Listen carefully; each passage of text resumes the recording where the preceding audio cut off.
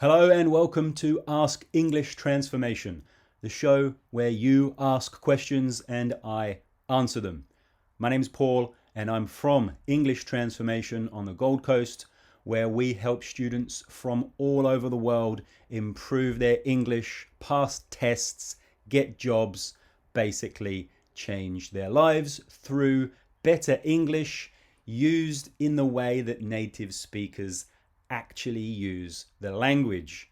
So if that sounds like something you would like, hit subscribe. You'll get lots of content, live videos daily or almost daily during this coronavirus lockdown and probably afterwards as well. So let's get into it.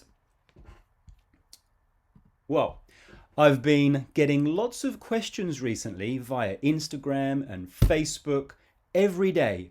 Can I say this? How can I do this? I heard this. So I thought that I'd start this series to answer all of those questions for you who may also have questions about English. And today we've got 3 or 4 questions. Some of them are very, very similar. So we'll answer those to improve your English. Now, those questions are on my computer, so I'm probably going to be looking at those. Bear with me. Let's first have a look at this question from Jackson. Now, he's asked me some very, very good questions recently, so I decided to put it on here for all of you.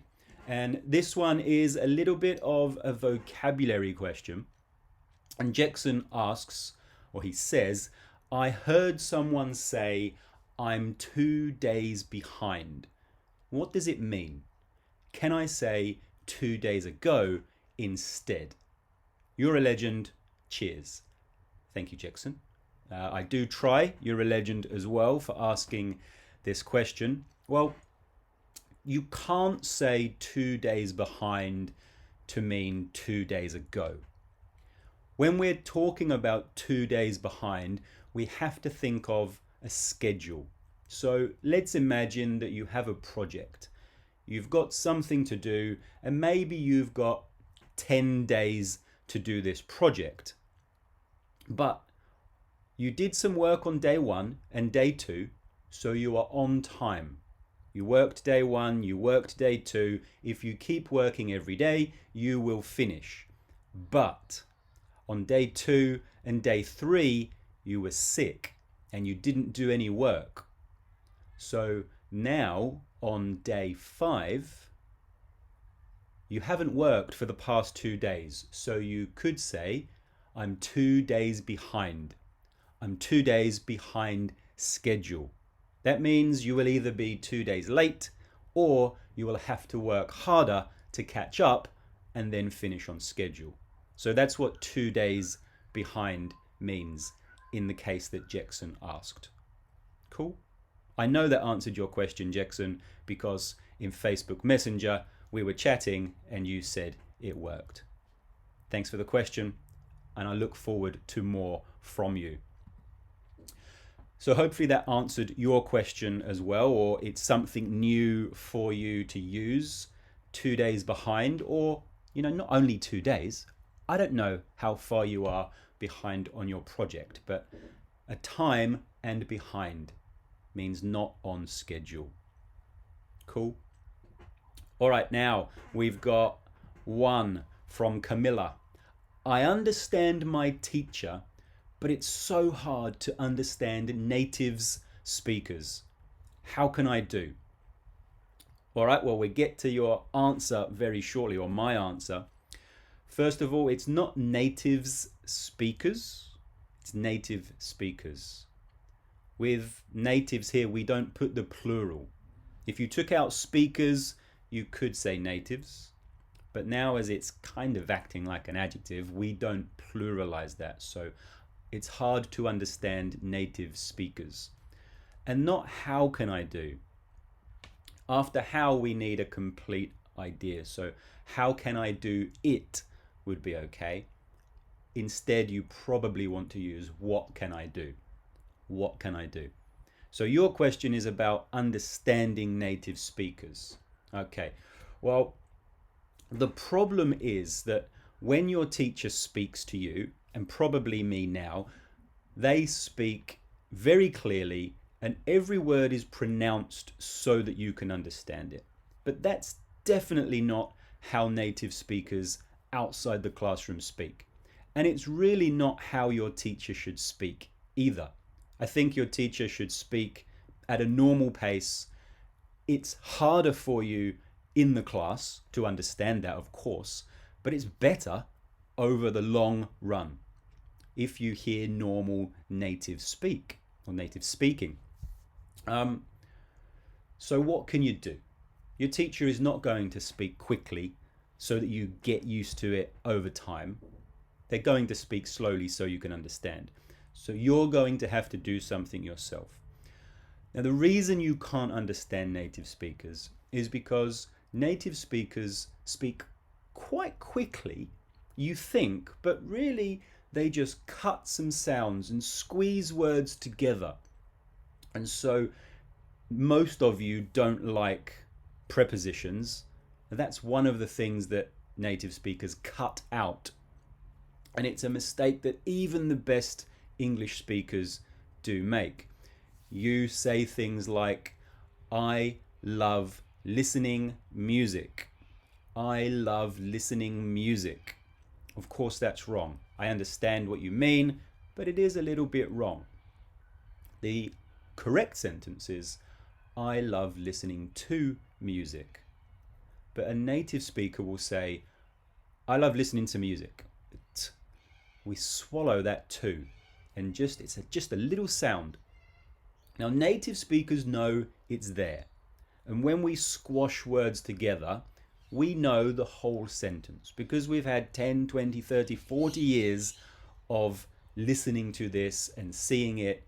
We just know, but you don't. You repeat what you hear, but what you hear is not good language, and so you repeat and you miss out the things that you didn't quite hear.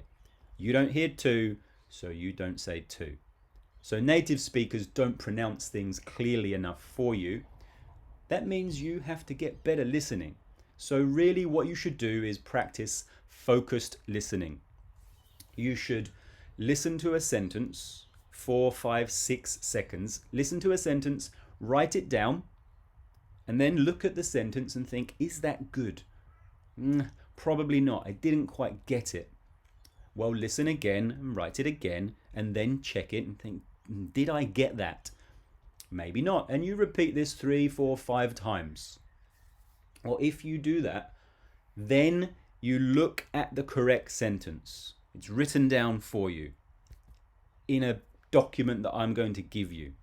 It's written down for you. You check that sentence. You copy it out very, very carefully. Pay attention. And then you listen again and read what you wrote. Now, you must pay attention to this because one of the problems that you have is you don't focus or pay attention enough. It's much better for you to go a little bit slow when you have to pay attention. When you're studying, focus on that. Then when you're outside, you can use the language because, of course, as much focused listening as you do at home, you're only going to be good at home. So once you've done this activity a little bit, you've got to go out and speak to more native speakers. And if you're not sure, ask. So yes, focused listening and practice at home to try and train your ear to be English. And then you've got to go and speak to lots of people as well. You have to use the language and don't worry about the mistakes. Cool? In the description box below, there will be a link, hopefully, where you can go and download a free copy of my book, Focus Listening. The whole thing. You don't have to pay for it. I do sell it, but during this coronavirus time, it's free. So click the link and go and get that. Cool? And you've got to use it though. There's no point getting it if you're not going to use it. Cool? Thanks for your question, Camilla. Let's have a look at the next 1, 2, or 3. They're all pretty similar. So we've got Kazu. How can I improve my speaking? And Maria. I don't have confidence to speaking. What can I do? All right, Maria, it's not I don't have confidence to speaking. It's I don't have confidence to speak, or I don't have confidence when speaking, something like this. Just a little bit of a grammar mistake, and that's okay. Well, so basically the question from you two is, how can I improve my speaking? So I think you should go and download a copy of my book, Focus Listening, as well. Completely free. We sell it, but during coronavirus time, I want to give something back to you guys. So you can go and download that now. It's audio as well. And then you should really listen to that, because if you practice this focus listening, you will hear how sounds go together and how words join in a native-like way, because I don't speak very slowly and pronounce every word clearly.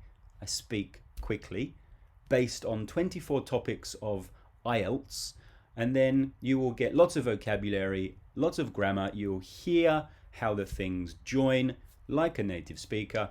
If you do that a lot, you will gain confidence, but then to improve your speaking, you've got to speak. So maybe it's confidence. Well, don't worry about what other people think. Maybe they're going to laugh at you because you make a mistake. Who cares? People laugh at me all the time. I don't care. If I make a mistake, that's fine. Don't like my hair? I don't care. Whatever.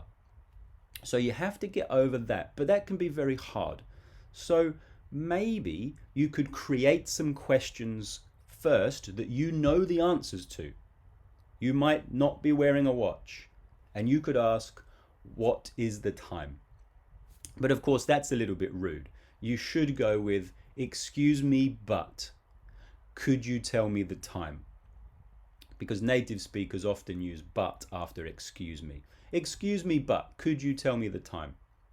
Well, maybe you know the time because you looked on your phone and put it in your pocket, and you go to a nice looking little old lady and you say, excuse me, but could you tell me the time?